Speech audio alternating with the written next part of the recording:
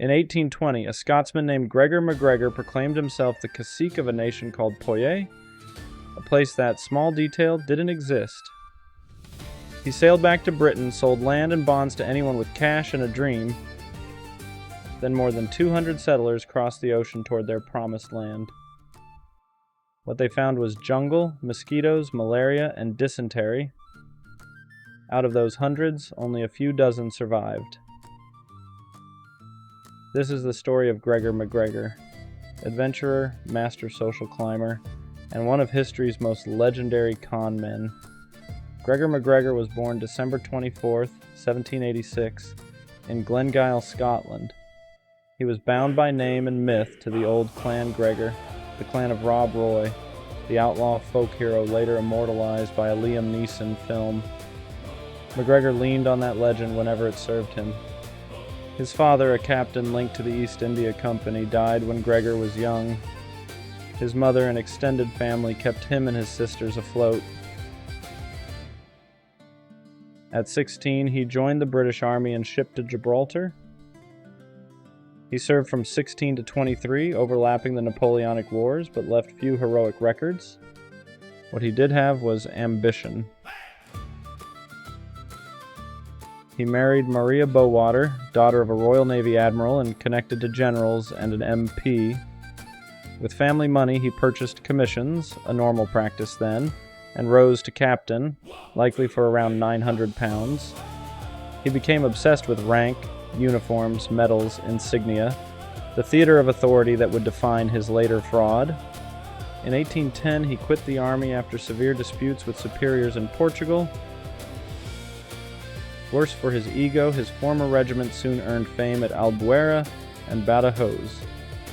Glory brushed past him and kept walking. Back home, he tried to pose as colonel in Edinburgh without the rank. In London, he went bigger. Sir Gregor MacGregor Baronet, a title he did not possess. He claimed headship of the clan and invented noble connections to dukes and earls. Astonishingly, polite society bought it, until Maria died and his primary funding vanished. Enter a London celebrity, Francisco de Miranda, the Venezuelan revolutionary. MacGregor reads the room. Do something loud in the New World. Return to London as a hero. He sells a Scottish estate and sails for Caracas in 1812. He edits his resume on arrival. He drops the shaky baronet claim but keeps the aura. At one point, even boasting he'd been knighted in Portugal's Order of Christ. He's given command of cavalry, soon made colonel, and then marries Josefa Aristeguieta, Simón Bolívar's cousin. Social climbing was his second language. His best military moment comes in 1816 during the brutal retreat of the 600 across hostile country. He defeats Colonel Juan Nepomuceno Cuero twice en route and later joins the Battle of Los Alacranes, helping to take Barcelona. Bolívar promotes him to Major General and decorates him with the Order of the Liberators. There was real ability in him, just enough to gild the legend. Then the very MacGregor episodes pile up. In the United States, he raises money by selling Florida land bonds, promising repayment with interest if the expedition fails. He captures Amelia Island with a small force and declares the Republic of Florida under a Green Cross flag. When Spain amasses troops on the mainland, MacGregor leaves, handing command to Jared Irwin. Investors don't get their interest. His men don't get their general. Soon after, at Portobello in Panama, he sends others into combat first, while he watches offshore. After victory, he feasts, sets up a new chivalric order, and prepares no defenses.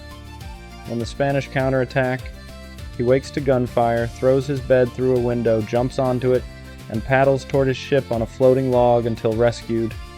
His soldiers are left to fate. To thicken the aura, he spreads a story that a MacGregor ancestor married an Inca princess, styling himself Inca of New Granada. Historian David Sinclair even notes MacGregor's unusually dark complexion for a Scot, which may have made the tale feel plausible to contemporaries. Believer, however, is done.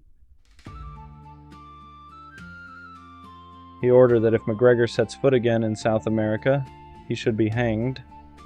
MacGregor disappears. 1820 to 1822, MacGregor resurfaces in London with his greatest role yet. Sovereign Prince of Poyais, cacique of the Poyaisian people. The map points to the Mosquito Coast between Nicaragua and Honduras, a region dotted with indigenous communities and Afro-descendant populations, and loosely claimed through a British-backed king system that rarely meant effective control on the ground. The legend he sells is clean. He claims that after convivial drinking with the local king of the Mosquito Coast, he was granted over 30,000 square kilometers, a territory larger than Wales, in exchange for rum and jewelry. The land, inconveniently, is mostly unfarmable, swampy and mosquito-ridden, but paper can make swamps into Eden. MacGregor assembles a package no one can resist: maps with borders, a coat of arms, a constitution, a bank and currency, even an anthem. Centerpiece, a glossy official guidebook by the fictional Captain Thomas Strangeways. It advertises a capital with castle, parliament, opera house, cathedral, and a modern port. The climate is healthy, the soil so generous you can reap 3 maize harvests a year. He opens offices in London and Edinburgh. He sells state bonds at 6% interest and deeds to gorgeously fertile plots. He hires publicists, places favorable press, and even launches street ballads praising the Promised Land. Confidence is staged with uniforms and seals. Scarcity is engineered with last plots. Social proof is manufactured via newspapers and respectable rooms. And above all, he sells a narrative powerful enough to cancel questions. The fresh start. More than 500 investors buy in. And soon, people don't just invest. They pack. 2 vessels carry the dream. The Honduras packet in September 1822. The Kennersley Castle in January 1823. Together they move over 200 settlers, families, craftsmen, veterans, armed with axes, seeds, instruments, and deeds, stamped with perfect seals. They reach the coast, and the guidebook collapses in a single view. There is no governor waiting, no capital, no customs house, no road, only jungle. The water tastes like metal and rot. Mosquitoes arrive like weather. Within days, people are sick. Within weeks, they are burying neighbors at the tree line. Rescuers from Belize evacuate the survivors when word gets out. Accounts estimate well over 150 deaths, often quoted around 180, from malaria and yellow fever. Fewer than 50 make it home. Some grieving parents even defend MacGregor, convinced he too was misled. The strange afterglow of a gifted con man, where charisma outlives facts. While British papers rage over Poyais, MacGregor is already in France trying the same play. This time, authorities intervene before another ship sails. He is arrested. In court, he blames a French associate and, astonishingly, walks.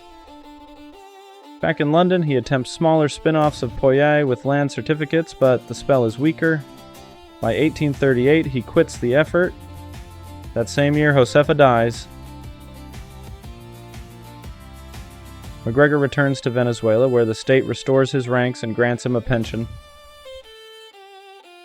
He dies in Caracas in 1845, about 58 years old. No prison memoir. No great confession. Just a neat fade out that leaves the ledger of the dead to speak for itself. Because authority was performed. Uniforms, medals, seals. Because scarcity was staged. Last plots. Limited bonds. because social proof was produced. Newspapers, offices, respectable rooms. Because the story was stronger than the questions. Poyais wasn't just land, it was escape. And when you sell escape, people bring their own reasons to pay. Poyais belongs beside the great financial mirages of its century. Think of John Law's paper money France, where paper moved markets and confidence masqueraded as reality. MacGregor printed a nation on paper, sold it with stagecraft, and people paid in lives. Next time a document offers paradise with perfect maps and a shining seal, look for the port, the road, and the neighbors already there. If the world is quiet and only the paper speaks, you might be buying a country that doesn't exist. Which detail hit you hardest? The glossy guidebook, the two ships, or the ending in Caracas?